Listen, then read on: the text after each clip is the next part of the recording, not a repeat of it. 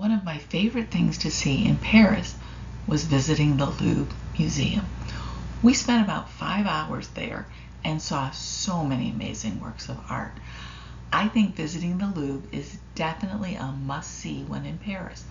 So plan this adventure ahead of time and buy a timed entry ticket to avoid long lines. Let's get started and see the sights that we encountered in the Louvre.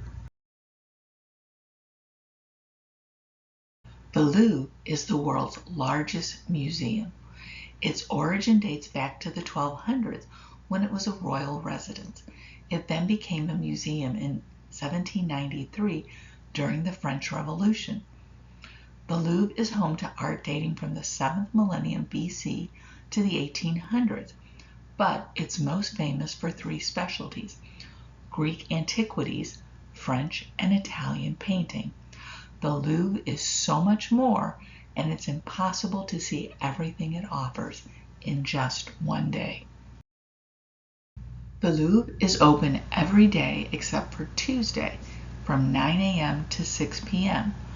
On Wednesdays and Fridays, it's open until 9 p.m. Purchase a timed entry ticket in advance to avoid waiting in long lines. The museum has separate queues for each timed entry appointment, so make sure you stand in the correct line. When it's your appointed time, the line moves quickly to get you to the entry door. Here, any items carried are screened.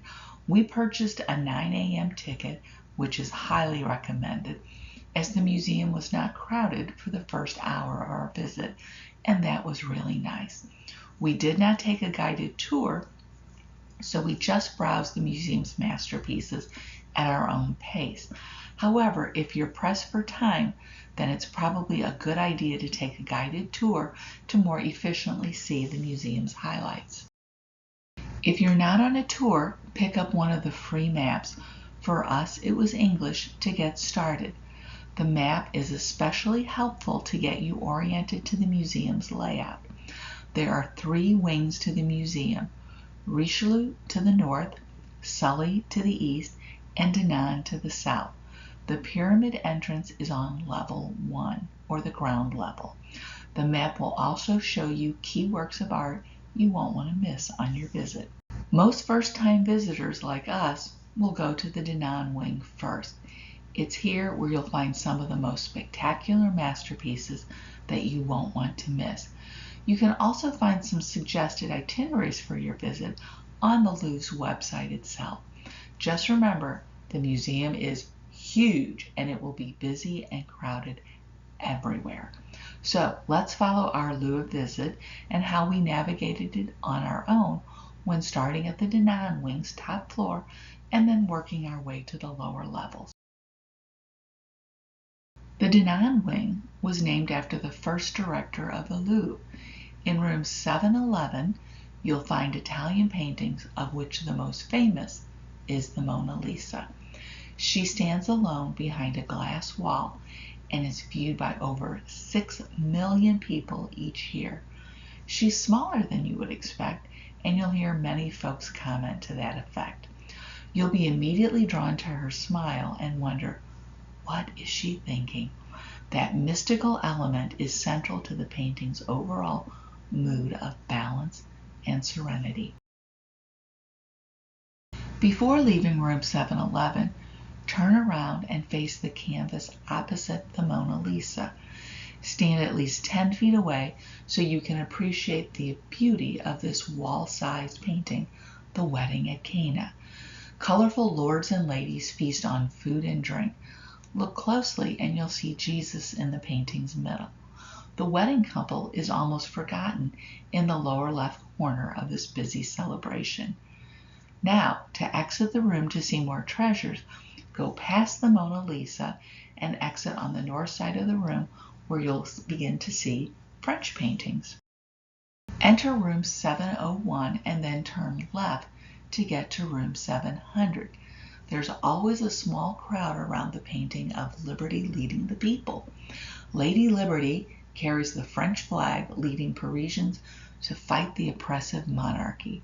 Notice the young boy brandishing 2 pistols next to her, as well as an intellectual with a sawed-off shotgun. Turn around and go back through room to get to room 702, where you'll see The Coronation of Napoleon by Jacques-Louis David. In it, Napoleon holds the crown above his own head as if he will place it on himself. Continue through room 702 to get to the Daru Grand staircase and look up instead of looking down like we are. At the top of the staircase is the magnificent winged victory statue in room 703. Climb the stairs to take a closer look. It's Nike, the goddess of victory. Take time to look at her from all sides and savor her beauty. Imagine the wind that's blowing and making her clothes cling to her body. Be on the lookout for a small showcase on the landing. In it is the winged victory's open right hand and ring finger. The hand was discovered in Turkey by French archaeologists, who of course wanted to keep it. For the Turks, given that the French had taken so many treasures from them, they felt it was only right for them to give the French the finger.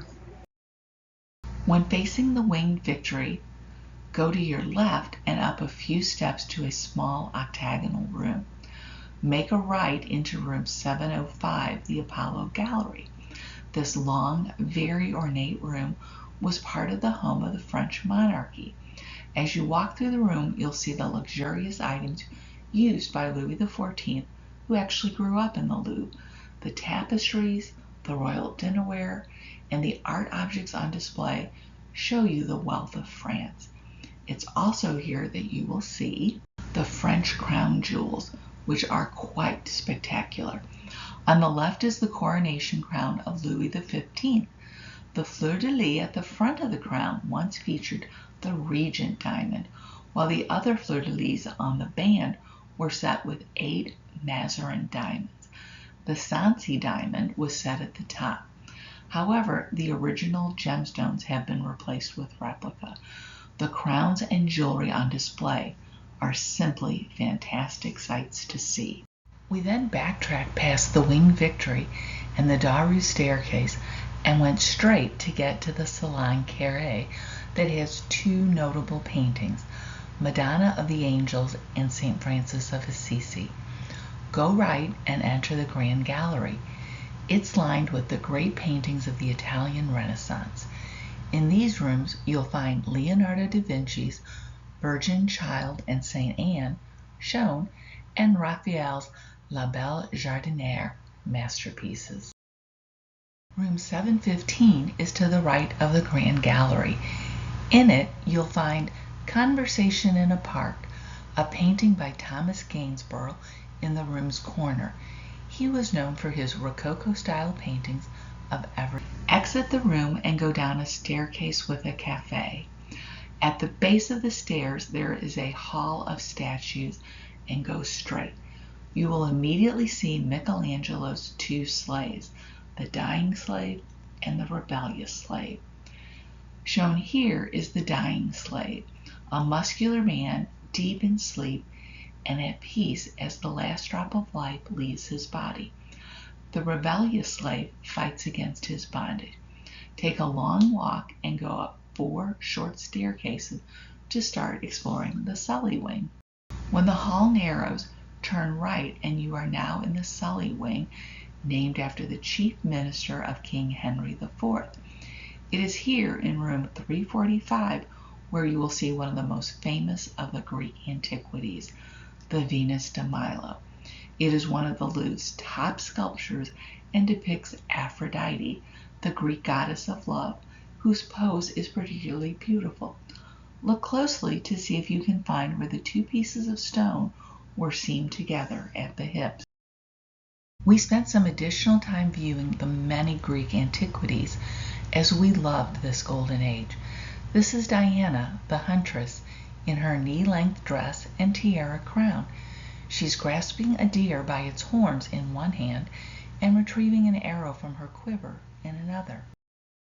The 4 caryatids were fashioned after the Erectaion temple in Acropolis and are quite a grand sight to behold.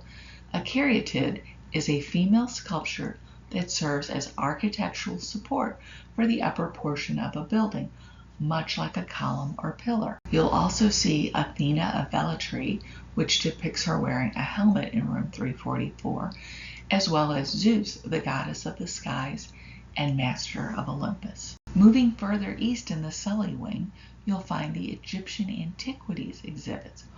Welcoming you to Egypt is the Great Sphinx of Tanit, who guards the entrance.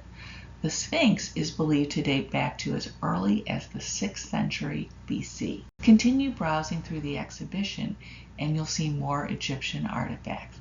The statue of Ramses II and Seti II are in room 324. In room 323, you'll see Inemene's coffin and the red granite tomb of the pharaoh Ramses III, who ruled Egypt from 1186 to 1155 BC. In room 322, we saw the mummy of the man Pacheri, an adult male who was wealthy enough to afford the mummification process. It's the only mummy in the Louvre and dates to around 300 BC. Continue down the hallway to room 321. It contains an exhibit of Egyptian coffins. One of the most notable is that of Tamunefret. She was the singer of Amun and was buried in a superb set of 2 beautifully decorated coffins. In the depths of the museum in Sully, we saw the formidable foundations of the original palace and of the old Louvre castle wall. This wall guarded Paris from all harm. On the top floor in the Sully wing, we saw more French paintings. In room 912, you'll see The Cheat by Georges Latour. The painting depicts a card game in which a well-to-do young man on the right is being fleeced of his money by the other players. Both appear complicit in the scheme. The card sharp on the left is in the process of retrieving the ace of diamonds from behind his back. Stay on level 2 and go west to the Richelieu ring. Richelieu was the chief minister for King Louis XIII. Here you'll find Johann Vermeer, the lace maker, in room 837, which is through a narrow hallway after passing through an octagonal room. The painting features a woman of high standing, and to her left are clusters of colored thread that hang from a pincushion. Take the stairwell down 1 level and turn right. You'll find several decorative arts from Europe in these rooms. Here, in room 502, there is the sword of Charlemagne that was used in French coronation ceremonies since the 13th century. I particularly liked the version of Jean d'Avro, a Gothic sculpture of the Virgin Mary and baby Jesus. This was created sometime between the years 1324 and 1339. The final set of rooms we toured in Richelieu were the apartments of Napoleon III, who ruled from 1808 to 1873. These rooms are unbelievably opulent with their rich furnishings. Room 548, the salle à manger, is where dinner was served. Can you just imagine having supper here? Room 544 is the Salon Theater, quite opulent with its ornate tapestry, velvet chairs, and chandeliers. The Salon Theater was richly decorated with its painted ceiling, portrait of Empress Eugenie, 3 theater armchairs, and golden chandelier lighting. One of the chandeliers has 180 lights. Room 558 is the Chambre du Roi, furniture from the King's bedchamber with its blue silk velvet embellished with royal symbols in gold embroidery. In room 522, we saw Napoleon's throne with its monogrammed N on its richly designed chair. Right beneath one of the pyramids at the Louvre, as there are 3 of them, is a huge courtyard. In its center is Milo of Croton, a Greek wrestler known for his extraordinary strength. We came upon these statues as we exited the museum. We thoroughly enjoyed the 5 hours or so that we spent at the Louvre and saw so many interesting works of art. Most guided tours are 2 to 3 hours in length, so if you're pressed for time, I would take a guided tour to see the most famous pieces. Visiting the Louvre is definitely a must-see in Paris, so plan this trip ahead of time and buy a timed entry ticket to avoid long lines. I hope you found the video helpful. We absolutely love the Louvre and hope you will too. Thanks for watching.